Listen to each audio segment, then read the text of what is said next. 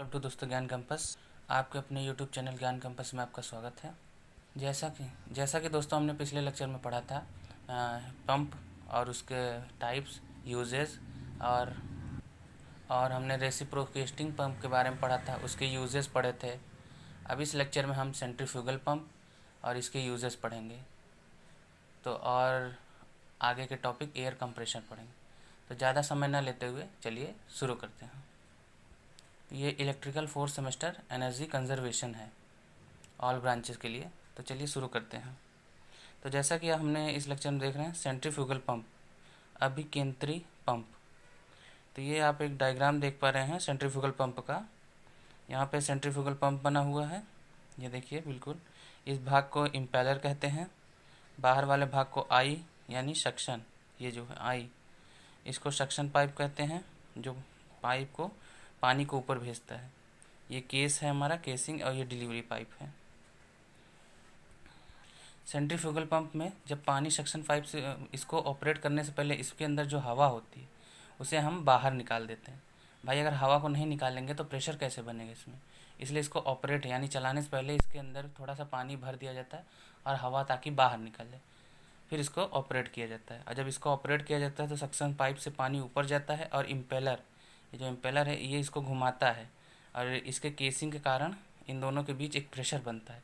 इस प्रेशर के कारण ये डिलीवरी पाइप के ज़रिए पानी को बाहर फेंक देता है ऊपर की तरफ। बस इतना ही होता है। तो आइए चलते हैं अब आगे, इसमें थोड़ी इसकी वर्किंग देख लेते हैं, जो थोड़ा लिखना भी होता है। ये इसका कंस्ट्रक्शन डायग्राम है, मतलब अंदर का पार्ट। ये लिफ्टिंग हुक होता है, मोटर, और आपका ये delivery pipe, pressure pipe, funnel, और ये प्रेशर गॉज होता है। सेम वो बाहर का हिस्सा था, ये अंदर का।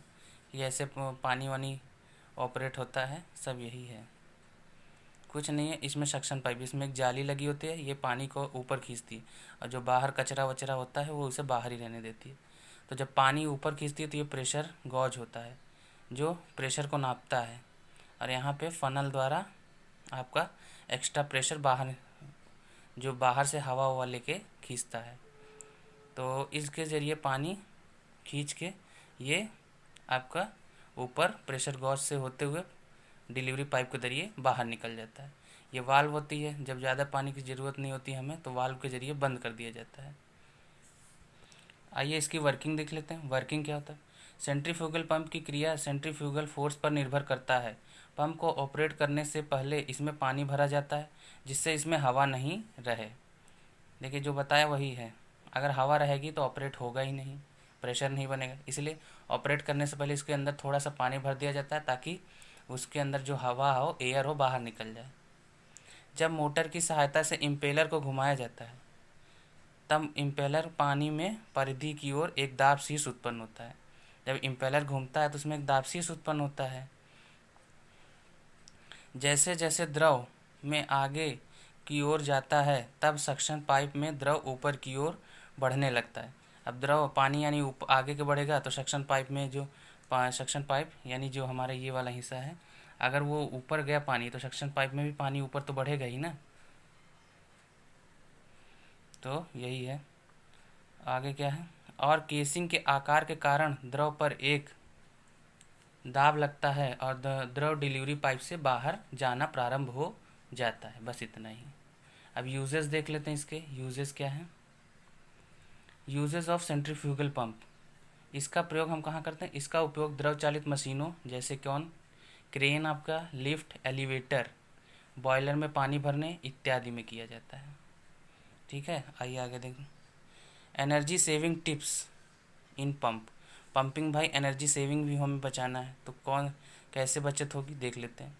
उपयोग के लिए सही पंप का प्रयोग करना करके, भाई जो हमें ज़रूरत है वहाँ पे सही पंप का उपयोग करना चाहिए। सही साइज़ के पंप का उपयोग करके, सही साइज़ के वाल्व का उपयोग करके, वाल्व सही होगा भाई, छोटा बड़ा कम ज़्यादा हो गया तो एनर्जी ज़्यादा ही लेगा। वीएफडी का प्रयोग करके यानी वेरिएबल फ्रीक्वेंसी ड्राइव का प्रयोग करके, पंप का सही रखरखाव करके, अधिक दक्षता वाले पंप का उपयोग करके यानी एफिशिएंसी वाले, एक से अधिक पंप का प्रयोग करके, अनावश्यक उपयोग ना करके यानी ज़रूरत ना हो तो उपयोग ना करें, लीकेज को कम करके, यानी जहाँ पे कहीं पे लीकेज हो प्रेशर को उसको सही करके, दाब ह्रास कम कर होना चाहिए, दाब का लॉसेस कम होना चाहिए। तो ये था हमारा सेंट्रीफ्यूगल पंप। अगर इसमें आपको कुछ ना समझ आया हो तो कमेंट कीजिए, आपको समझाया जाएगा। अगर आपने इसके पहले की वीडियो नहीं देखी तो पार्ट 1 जाके देखिए, उसमें बाकी के पार्ट हैं पंप के बारे में। तो ये हमने पंप पार्ट 1 पार्ट 2 में ख़त्म कर दिया। अब आज चलते हैं नए टॉपिक पे। हमारा नया टॉपिक है एयर कंप्रेशर। एयर कंप्रेशर किसे कहते हैं? वायु संपीड़क। वायु संपीड़क क्या होता है? एयर कंप्रेशर यानी आपने कभी साइकिल की दुकान पर गए होंगे, आपके यहाँ साइकिल होगी या बाइक होगी कुछ भी, तो आप वहाँ जब भी गए होंगे तो आप वहाँ वो एक मशीन होती है हवा भरने वाली, वो कंप्रेस करके आपके साइकिल और गाड़ियों में हवा भरती है, उसी को एयर कंप्रेशर कहते हैं सरल भाषा में। अब देखते हैं इसकी डेफिनेशन। एयर कंप्रेशर का प्रमुख कार्य वायु की एक निश्चित मात्रा को कंप्रेस्ड यानी संपीड़ित करके एक निश्चित दाब पर आपूर्ति करना, यानी निश्चित दाब पर सप्लाई देना है, बस यही है। अब इसे आइए एक डायग्राम के जरिए समझते हैं। हमारे ये प्राइम मूवर मतलब कोई भी एनर्जी से, एनर्जी हो गया ऑपरेटिंग, कुछ भी मोटर वगैरह, उसे प्राइम मूवर मान ली। अब ये हमारा कंप्रेशर हो गया, तो यहाँ से हमने जब एनर्जी दी तो ये कंप्रेशर उत्पन्न हुआ। यहाँ से लो प्रेशर एयर आ रहा है और यहाँ से हाई प्रेशर के ज़रिए बाहर जा रहा है, यह संपीड़ित होकर। जब हम इसको एनर्जी देंगे तो ये हमारा ऑपरेट होगा, यहाँ से बाहर से हवा लेगा लो प्रेशर में और हाई प्रेशर से हवा को बाहर निकालेगा, यही कंप्रेशर होता है। अब इसके देख लेते हैं टाइप एयर कंप्रेशर कितने टाइप के होते हैं। तो एयर कंप्रेशर आपका होता है रेसिप्रोकेटिंग एयर कंप्रेशर और दूसरा रोटरी एयर कंप्रेशर। तो रेसिप्रोकेटिंग में हम पढ़ेंगे single acting single stage reciprocating यानी, और रोटरी एयर कंप्रेशर, रोटरी में हम पढ़ेंगे roots blower air compressor, vane blower air compressor, centrifugal air compressor, axial flow air compressor. तो इस लेक्चर में हम single action and single stage reciprocating air compressor के बारे में पढ़ेंगे। बाकी इन चारों को हम अगले लेक्चर में पढ़ेंगे, तो आप ज़रूर देखिएगा अगले वीडियो। तो आइए देख लेते हैं इसका, वीडियो ज़्यादा बड़ी ना हो। तो कंस्ट्रक्शन क्या होता है, यहाँ पे कंस्ट्रक्शन देख सकते हैं आप। कंस्ट्रक्शन ऐसे आपको बनाने में, ये एक वाल्व होगा, ये इनलेट आउटलेट वाल्व होता है, ये इनलेट वाल्व होता है, ये आपका सिलेंडर होता है, ये आपका पिस्टन होता है, ये आपका कनेक्टिंग रॉड ये क्रैंक शाफ्ट होती है। तो ये समझा देते हैं ये काम कैसे करता है। तो ये जब हमारा पिस्टन नीचे की तरफ आता है तो ये लो इनलेट एयर प्रेशर के साथ ये वाला वाल्व खुल जाता है और हवा यहाँ से अंदर जाती है, जिससे यहाँ पे अंदर हवा लो प्रेशर में प्रवेश कर जाती है सिलेंडर में। अब जब ये वाल्व ऊपर जाता है, ये हमारा पिस्टन ऊपर जाता है, तो ये वाल्व बंद हो जाती है और ये वाल्व खुल जाता है और हाई प्रेशर के साथ हमारा संपीड़ित कंप्रेसर वायु बाहर निकल जाता है। तो ये क्रिया ऐसे ही चलती रहती है, बस इसमें ज़्यादा कुछ समझना नहीं है आपको। अब इसमें आपको वर्किंग दिखा देते हैं कैसे लिखना है। पिस्टन को पशाग्र गति एक प्राइम मूवर द्वारा प्राप्त होती है, मतलब प्राइम मूवर मतलब एक कोई भी आपका हो गया एसी सिस्टम, वहाँ से कुछ भी आपको सप्लाई दी जाती। जब पिस्टन नीचे की तरफ गति करता है तो लो प्रेशर एयर का सिलेंडर में प्रवेश करता है।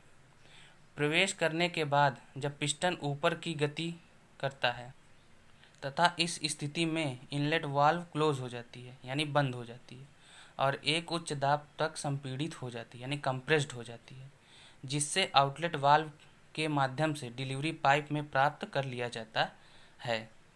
आई होप आपको समझ आया होगा। जो चीज़ हमने समझाई वही सेम यहाँ पे हमने लिखा है और कुछ नहीं। आपको नोट्स चाहिए तो आप स्क्रीनशॉट इसको वीडियो को पॉज करके नोट कर लीजिएगा। अगर अलग से नोट्स चाहिए पीडीएफ के रूप में तो कमेंट ज़रूर करिएगा, हम आपको पीडीएफ प्रोवाइड कर देंगे। तो आइए इसके यूजेस देख लेते हैं। एयर ड्रायर में करते हैं और ट्रांसफार्मर की मरम्मत में करते हैं।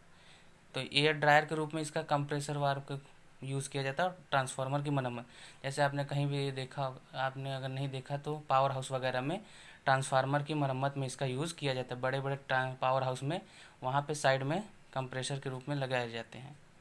तो इस वीडियो में इतना ही, और बाकी के पार्ट्स हम इसके जो टाइप्स हैं वो नेक्स्ट वीडियो लेक्चर में पढ़ेंगे, क्योंकि वीडियो बहुत ज़्यादा लंबी हो गई। अगर आप वीडियो आपको अच्छी लगी हो तो वीडियो को लाइक कीजिएगा। चैनल पे आप नए हो तो सब्सक्राइब कर लेना, इसी तरह की हम और भी वीडियोस लाते रहते हैं। और कुछ भी कहना तो कमेंट सेक्शन में प्लीज़ कहिएगा। अगर पिछली वीडियो आपने नहीं देखी तो जाके नीचे लिंक डिस्क्रिप्शन में दे दी है, वहाँ से आप जाके देख सकते हैं या प्लेलिस्ट में जाके देख सकते हैं। वीडियो अच्छी लगे तो ज़रूर लाइक और शेयर कीजिएगा, सब्सक्राइब करिएगा। वीडियो देखने के लिए धन्यवाद। मिलते हैं नेक्स्ट वीडियो में, तब तक के लिए जय हिंद, जय भारत।